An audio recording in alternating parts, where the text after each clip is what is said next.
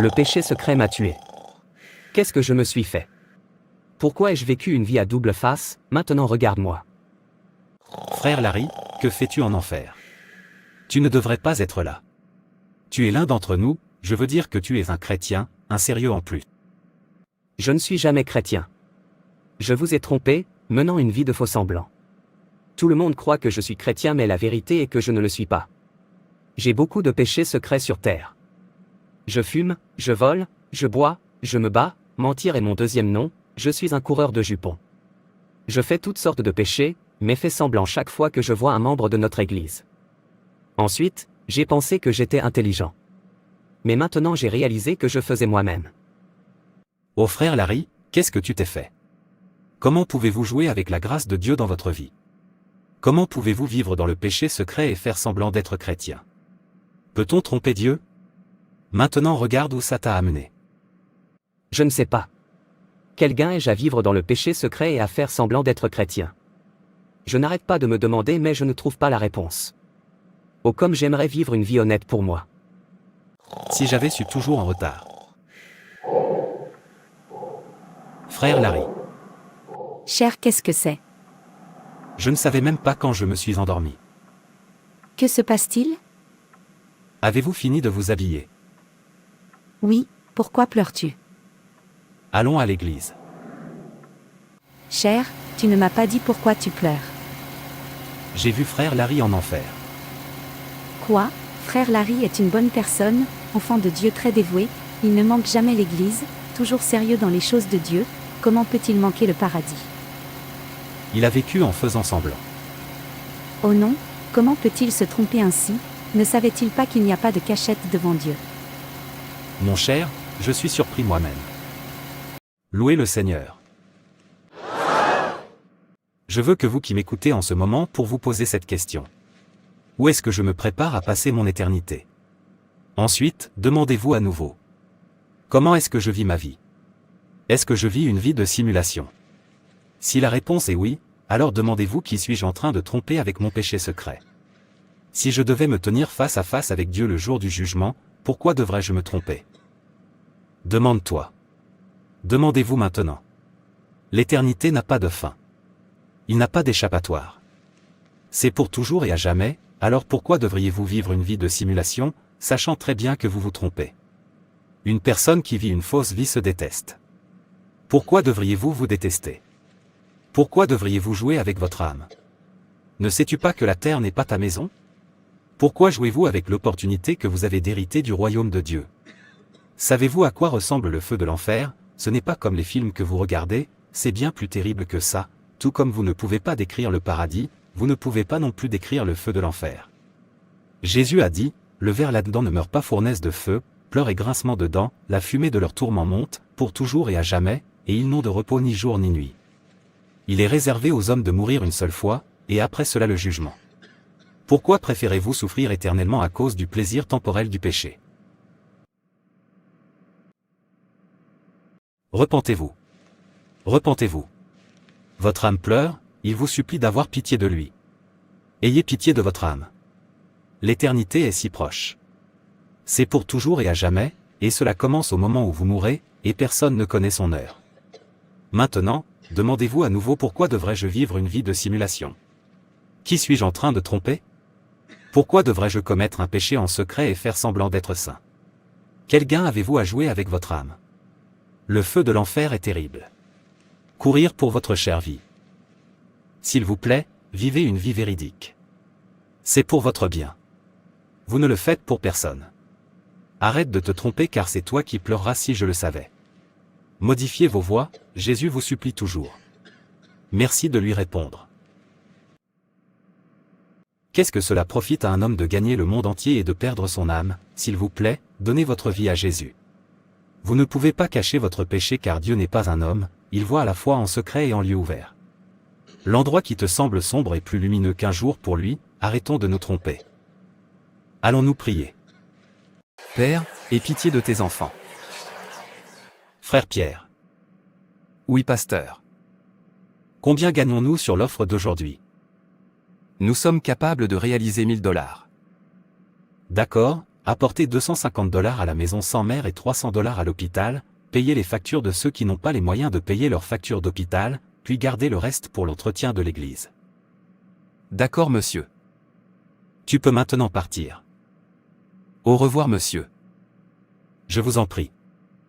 Le pasteur est si drôle, il pense que je vais porter toute l'offrande et que je leur donnerai, il ne sait pas que je suis si intelligent. Jean est retiré pour fumer et boire, Abeg, laissez-moi aller boire. Dans la vie, il faut être intelligent, si vous n'êtes pas intelligent, comment obtiendrez-vous tout ce que vous vouliez? Je regrette de ne pas avoir rejoint cette église pendant longtemps, j'aurais déjà gagné beaucoup d'argent, c'est mon erreur. Quoi qu'il en soit, j'ai encore la possibilité de profiter de ma vie, Dieu merci, je suis celui qui collecte les offrandes d'église. Peter l'a fait dans la vie. Homme de bar. Mon homme, je suis là, combien de bouteilles dois-je apporter? S'il vous plaît, donnez-moi un paquet de cigarettes et 10 bouteilles d'étoiles très froides, laissez-moi me défoncer. D'accord, monsieur. Yeah. Cette vie douce, si je n'ai pas rejoint cette église, est-ce que je profiterai comme ça? Maintenant regarde-moi, profitant de ma vie.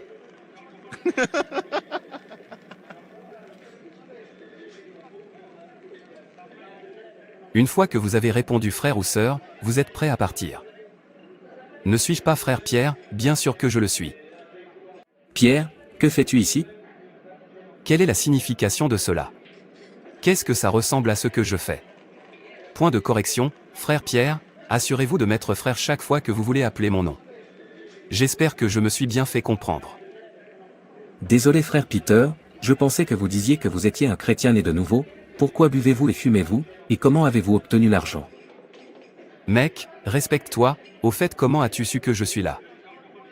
Je ne savais pas que tu étais ici, je ne m'attendais même pas à ce que tu sois ici. Je suis surpris de vous voir ici, et si votre pasteur ou membre de votre église vous voit ici. Pourquoi viendrait-il dans ce genre d'endroit? Savait-il que tu fumes et bois? Pourquoi saurait-il? Qu'est-ce qui vous fait penser que je me cache? C'est parce que je ne veux pas que quelqu'un me voie, chaque fois que je veux fumer, je me cachais, ils ne peuvent pas me voir, je suis trop intelligent pour cela.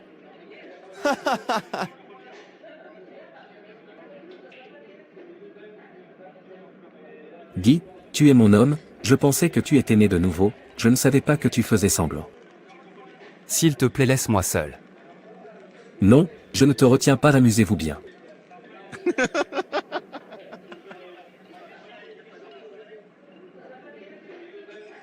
C'est ton affaire, je rentre chez moi.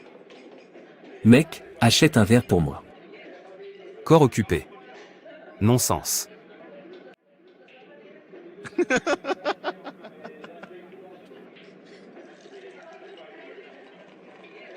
Pouvez-vous imaginer né de nouveau, se cachant pour fumer et boire, qu'est-ce qui lui fait penser que si son pasteur et ses membres ne le voyaient pas, que Dieu ne le verrait pas? Je ne sais pas pourquoi certaines personnes ne s'occuperont pas de leurs affaires. Regarde le plaisir que je pourrais avoir maintenant, ce fouineur est venu me le gâcher, qu'est-ce qui le regarde si je fais semblant d'être chrétien ou non? Suis-je en train de faire semblant avec son corps? Il pensait que je suis un idiot comme lui qui ne savait pas qu'il devait rejoindre une église, devenir un ouvrier et cibler l'offre de collecte, et gagner de l'argent. Puis vivre dans le plaisir. Non-sens. Pierre est un homme intelligent. Frère Pierre, assure-toi de transmettre le message avant de partir. Oui, pasteur, je le ferai.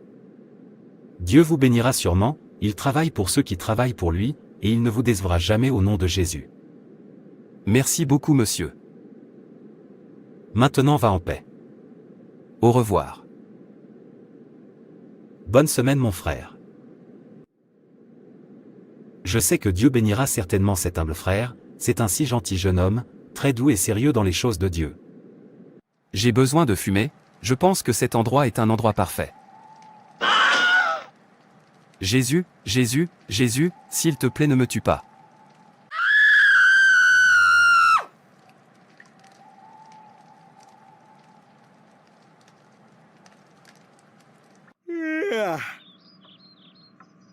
Pasteur, il y a un problème.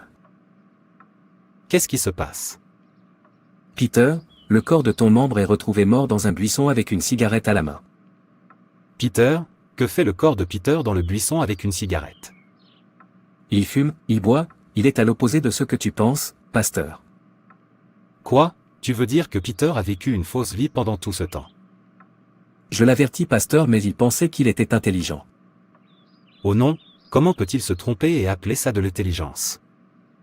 Jérusalem, Jérusalem, toi qui tues les prophètes et qui lapides ceux qui t'ont été envoyés, combien de fois j'ai eu envie de rassembler tes enfants, comme une poule rassemble ses poussins sous ses ailes, et tu n'as pas voulu. Matthieu 23 verset 37.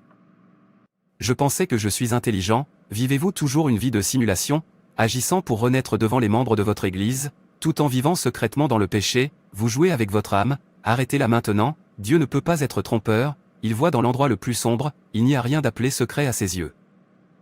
Je le regrette. Je regrette ça. Répondre frères et sœurs ne vous emmènera pas au paradis, seule votre vie juste le fera.